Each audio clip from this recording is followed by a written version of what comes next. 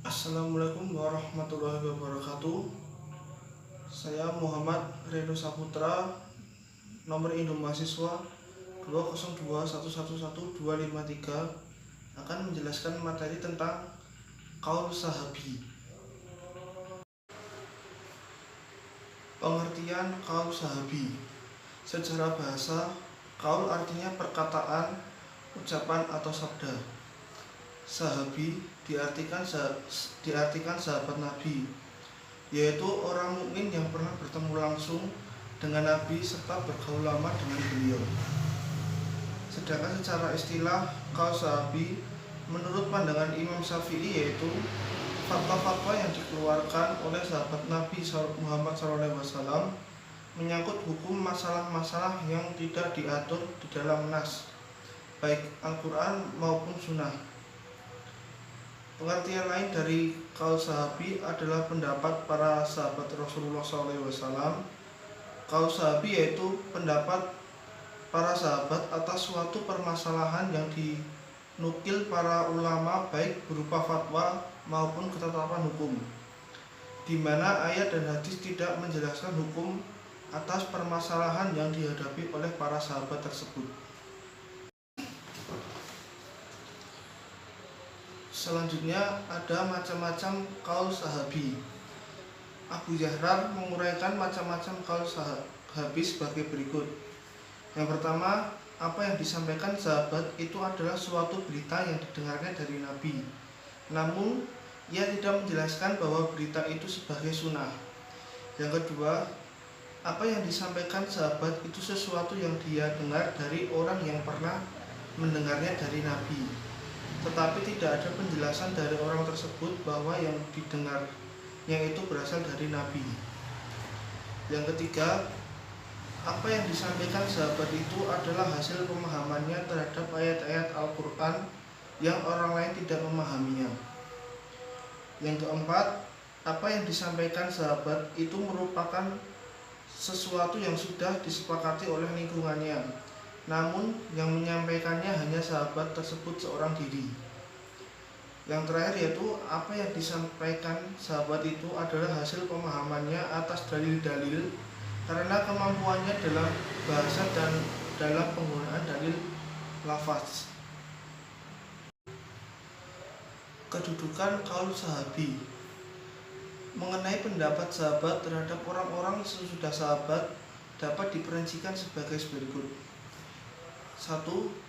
Pendapat sahabat dalam hal yang tidak ditanggapi oleh akal pikiran.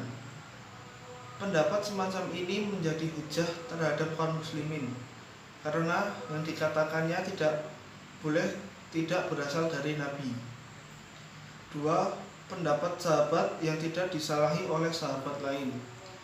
Pendapat ini menjadi hujah bagi kaum muslimin karena pendapat tersebut merupakan ijma' sahabat. 3. Pendapat sahabat itu hasil ijtihadnya sendiri, sedangkan di antara sahabat ada yang tidak sepakat dengan pendapat itu. Pendapat sahabat seperti inilah yang diperselisihkan kehujahannya di kalangan ulama. Kehujahan qaul sahabi.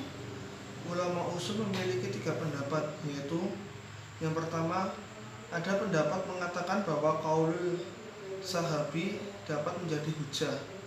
Pendapat ini berasal dari Imam Malik, Abu Bakar Ar-Razi, Abu Sa'id, sahabat Imam Abu Hanifah, begitu juga Imam Syafi'i dalam mazhab qadimnya dan juga Imam Ahmad bin Hanbal. Yang kedua, ada pendapat mengatakan bahwa mazhab sahabat atau qaulus sahabi secara mutlak tidak dapat menjadi hujah atau dasar hukum.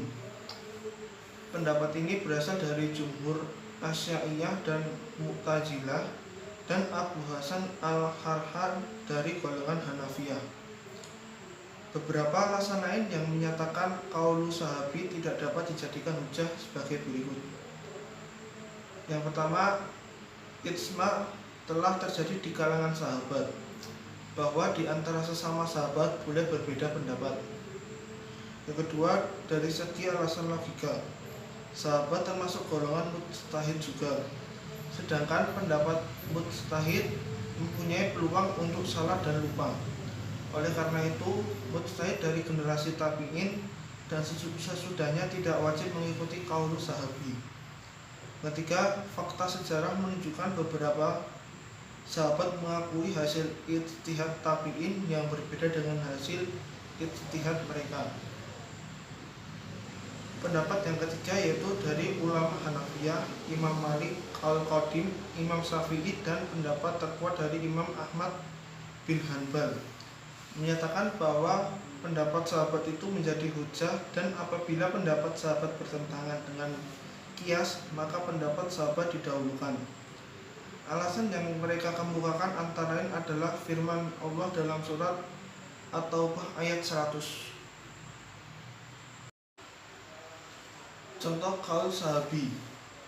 Contoh yang pertama yaitu kasus potong tangan pidana pencurian.